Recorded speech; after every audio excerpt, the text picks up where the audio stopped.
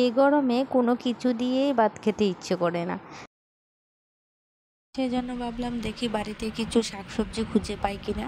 তো যাই হোক, এই পাতাগুলি তুলে নিচ্ছি।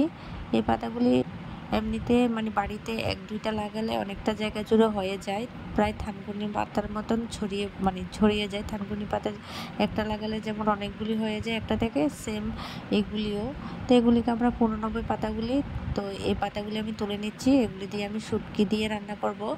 তো আমি কিভাবে রান্না করছি তোমরা দেখতে থাকো। তো আমি প্রথমে পাতাগুলি তুলে নিচ্ছি। তো পাতা তোলা আমার প্রায় কমপ্লিট। এখন এগুলিকে আমি ভালো করে ধুয়ে কুচি করে কেটে নেব। আর এদিকে কাঁঠালের বিচিও নিয়ে নিয়েছি, এগুলি কেটে ভালো করে ধুয়ে সিদ্ধতে বসিয়ে দেব। তো কাঁঠালের বিচি সিদ্ধর মধ্যে আমি হলুদ, লবণ আর কাঁচা লঙ্কা চিড়ে দিয়ে দিয়েছি। তো এগুলি ভালো করে সিদ্ধ হলে নামিয়ে নেব। তো এখানে আমি শুটকিও ধুয়ে রেখেছি আর পেঁয়াজ কুচি করে রেখেছি। তো এগুলি কড়াইতে দিয়ে দিয়েছি। আর এদিকে আমি কাঁঠালের বিচিগুলি সিদ্ধ হয়েছে, তো এগুলি নামিয়ে নিয়েছি। এখন এগুলির মধ্যে পাতাগুলি মিক্সড করে নিচ্ছি। এবার আমি এগুলি দিয়ে দিয়েছি।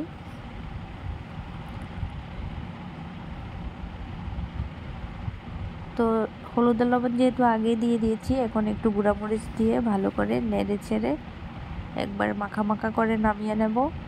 তো খুব সুস্বাদু হয় এই রেসিপিটা, আপনারাও একদিন বাড়িতে ট্রাই করে অবশ্যই দেখবেন। একবারে মাখা মাখা করে নামিয়ে নিয়েছি। সো টাটা, বাই বাই, দেখা হচ্ছে নেক্সট ভিডিওতে।